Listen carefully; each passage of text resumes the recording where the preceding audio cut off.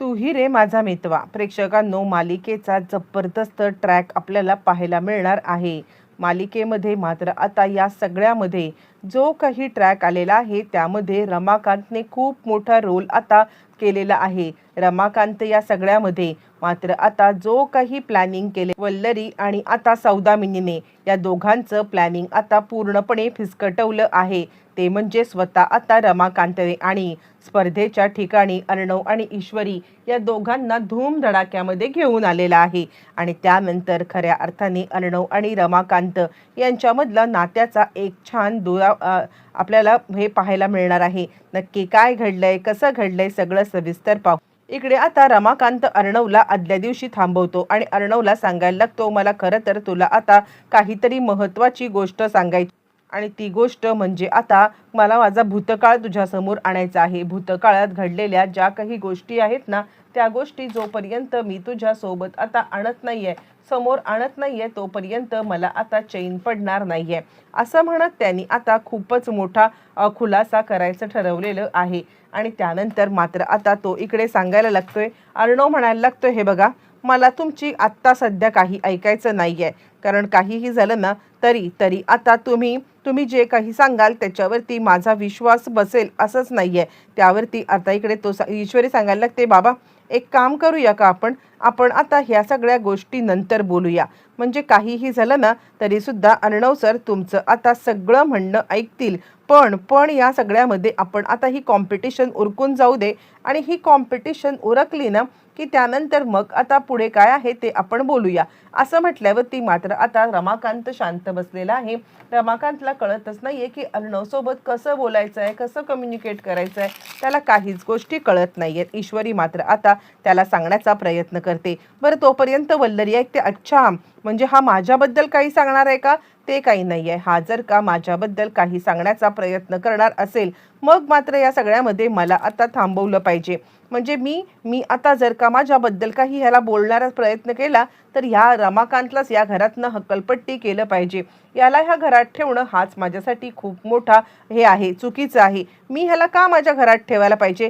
याला घरात ठेवायलाच नाही पाहिजे, याला इकडून हकलवून लावायला पाहिजे. इकडे तोपर्यंत ईश्वरी सांगते, अर्णव सर त्यांना काहीतरी महत्त्वाचं सांगायचं असेल आणि तुम्ही ते नंतर ऐका.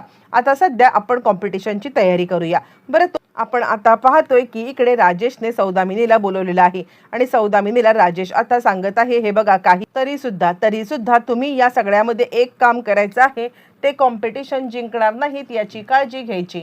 आणि त्यावरती सौदामिनी सांगायला लागते, कॉम्पिटिशन तर सोड, जिंकण्याचं तर सोडच, या सगळ्यामध्ये तो आता तिथपर्यंत पोहोचणार सुद्धा नाही याचं आता मी काळजी घेणार आहे. मुळातच या सगळ्यामध्ये जर का हा तिकडे कॉम्पिटिशनला पोहोचला तर हे कॉम्पिटिशन जिंकणार हे मात्र नक्की. त्यामुळे मी त्यांना कॉम्पिटिशनला बिलकुल पोहोचू देणार नाहीये. काहीही झालं तरी सुद्धा कॉम्पिटिशनमध्ये मात्र आता तो पोहोचला नाही पाहिजे. त्यावरती तो म्हणतो, पण करणार काय तुम्ही? सौदामिनी म्हणते, मी काय करायचं ते माझं मी बघेन, पण तुझं काम मात्र तू आता व्यवस्थितरित्या केलं आहेस असतंच ना, तर हे झालं. तू या सगळ्यामध्ये तुझं काम व्यवस्थितरित्या कर. असं म्हटल्यावरती मात्र आता इकडे ती सांगायला लागते की हे बघ, काहीही झालं ना तरी तुझं काम तू केलं असतंस तर सगळं व्यवस्थित झालं असतं. तो म्हणतो, राहू दे, माझं कामाचा प्रश्नच नाहीये. ती ईश्वरी जास्त हुशार निघाली, आता मात्र तुझ्या बाबतीत ती ईश्वरी हुशार निघाली नाही पाहिजे याची काळजी तू घे. बरं, आता अर्णव आणि दोघं जण निघालेले आहेत आणि आता खऱ्या अर्थाने ही कॉम्पिटिशन छानपैकी रंगणार असते. ईश्वरी छानच तयार होऊन निघालेली आहे कॉम्पिटिशनसाठी आणि ईश्वरी या सगळ्यामध्ये मात्र आता एकदम मराठमोळा तिने आता लुक केलेला आहे. मराठमोळा लुक करत मात्र आता ईश्वरी त्या कॉम्पिटिशनमध्ये उतरणार असते आणि अर्णव तिच्याकडे पाहतच बसलाय. म्हणजे आपलं फॅशनचं हे मान्य केलेलं आहे, आपली फॅशनची म्हणजे आता एंट्री त्या कंपनीने मान्य केले आणि त्यानंतर मात्र आता फॅशन शोसाठी हे दोघं जण रॅम्पवरती चाललेले आहेत. ज्या वेळेला हे दोघं जण मात्र आता निघालेत आणि त्याच वेळेला मात्र आता या दोघांनी केलेल्या प्लॅनप्रमाणे गाडीमध्येच हे दोघं जण बसून आहेत. गाडीमध्ये बसले कॉम्पिटिशनच्या ठिकाणी जात असताना अचानकपणे मात्र आता इकडे सांगितलेलं आहे पोलिसांनी की इकडे नाकाबंदी चालू आहे आणि म्हणून तुम्ही आता कुठेच बाहेर जाऊ शकत नाही आहात. नाकाबंदी आहे म्हटल्यावरती हे दोघं जण तिकडेच थांबलेले आहेत आणि त्यानंतर पोलीस आता त्यांची गाडी मागून वळवतात आणि सांगतात, हे बघा, इकडून नाकाबंदी जरी चालू असली तरी तुम्ही उलट्या साईडने जाऊ शकता आणि उलट्या साईडने जाऊन आता तिकडून तुम्ही आतमध्ये वळू शकता, त्या साईडने मार्ग आता काढण्यात आलेला आहे. असं म्हटल्यावरती अर्णव आता सांगायला लागतो, ठीक आहे, आम्हाला याच्याबद्दल काहीच माहिती नव्हतं किंवा हा सगळा काय प्रकार आहे हे आम्हाला काही कळलंच नव्हतं. आणि त्यावरती सौदामिनी मागून आता पाहत असते आणि सौदामिनीने ज्या रस्त्यावरून आता इकडे अर्णव आणि ईश्वरी हे दोघं जण जायला निघणार त्याच रस्त्यावरून मात्र आता आपले गुंड ठेवलेले आहेत, जे गुंड या सगळ्यामध्ये काहीही झालं तरी या दोघांनाच कॉम्पिटिशन पर्यंत पोहोचू देणार नसतात. आणि म्हणूनच आता इकडे पुढची गोष्ट सुरू होते, ज्या वेळेला इकडे आता रमाकांत विचार करतोय की अर्णव आणि ईश्वरी हे दोघं जण गेलेले आहेत कॉम्पिटिशनसाठी, पण हे दोघं जण जरी कॉम्पिटिशनसाठी गेले असले तरी सुद्धा त्यांना कॉम्पिटिशनपर्यंत पोहोचवण्याचं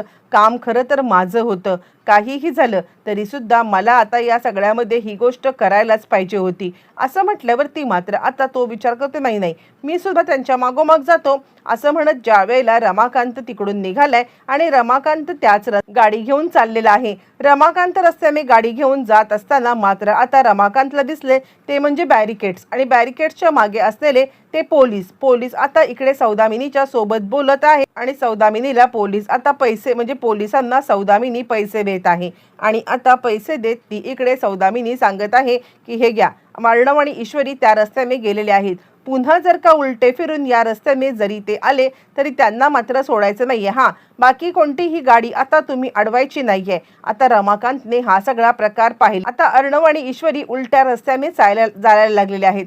ज्या वेळेला अर्णव आणि ईश्वरी मात्र आता उलट्या रस्त्याने चालतात त्यावेळेला रस्त्यामध्ये असलेले अडथळे, खड्डे किंवा त्यांना अडवण्यासाठी असलेले गुंड हे त्यांना दिसले आणि त्यांना लक्षात आले की आपल्यासोबत काहीतरी वेगळा प्रकार झालेला आहे. आणि अर्णव आता सांगतोय, आम्हाला इकडून कॉम्पिटिशनसाठी जायचं आहे. आणि ते गुंड म्हणायला लागतात, कॉम्पिटिशनसाठी तुम्ही जाऊ शकत नाही आहात, कारण आता इकडचे सगळे मार्ग बंद आहेत, इकडून फिरा. अर्णवला काहीतरी संशय आलाय आणि आता ईश्वरी सांगायला लागते, सर इथे जर का आपण आता त्यांच्याशी बोलत बसलो ना किंवा आता ह्यांनी जर का आपल्यावरती हल्ला केला तर कॉम्पिटिशनमध्ये पोहोचणं आपलं खूप कठीण आहे आणि त्यासाठी आपण आत्ताच्या आत्ता इथून निघायला पाहिजे.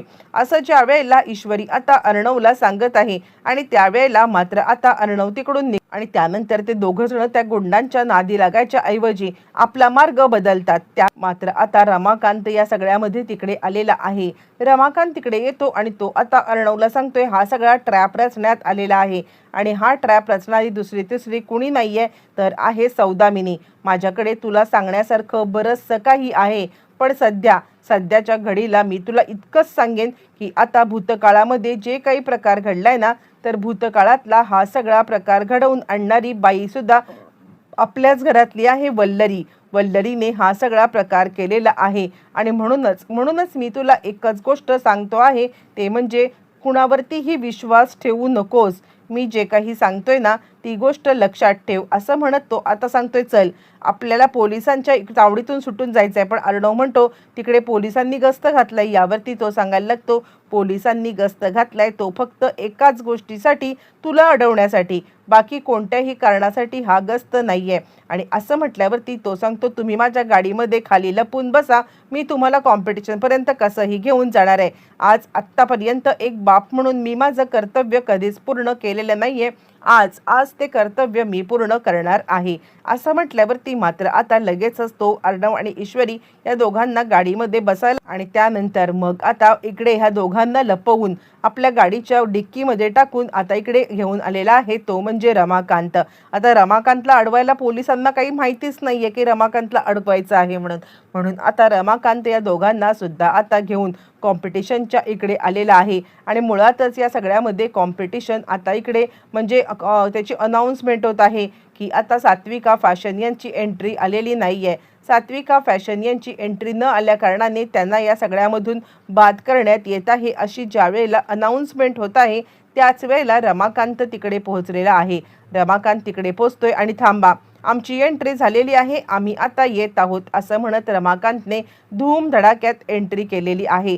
रमाकांत मात्र आता अर्णव आणि ईश्वरी या दोघांनाही घेऊन तिकडे पोहोचलेला आहे. ज्या वेळेला दोघांना घेऊन आता रमाकांत तिकडे पोहोचलाय आणि त्याच वेळेला मात्र आता अर्णव आणि ईश्वरी यांनी कॉम्पिटिशनमध्ये भाग घेतलेला आहे. आणि त्याच वेळेला आता इकडे म्हणजे सौदामिनी हिला मोठा धक्का बसलाय. आपण तर ह्यांना अडकवण्याचं काम केलं होतं, पण अचानकपणे हे कसे काय आले तिला काही कळायला मार्ग नाहीये. आणि इथेच आता अर्णव आणि ईश्वरी जिंकलेले आहेत आणि ते जिंकलेत फक्त आणि फक्त आता मात्र इकडे रमाकांतमुळे. इथूनच रमाकांत आणि आता अर्णव यांच्या नात्याची गोड सुरुवात सुद्धा होताना आपल्याला दिसणार आहे.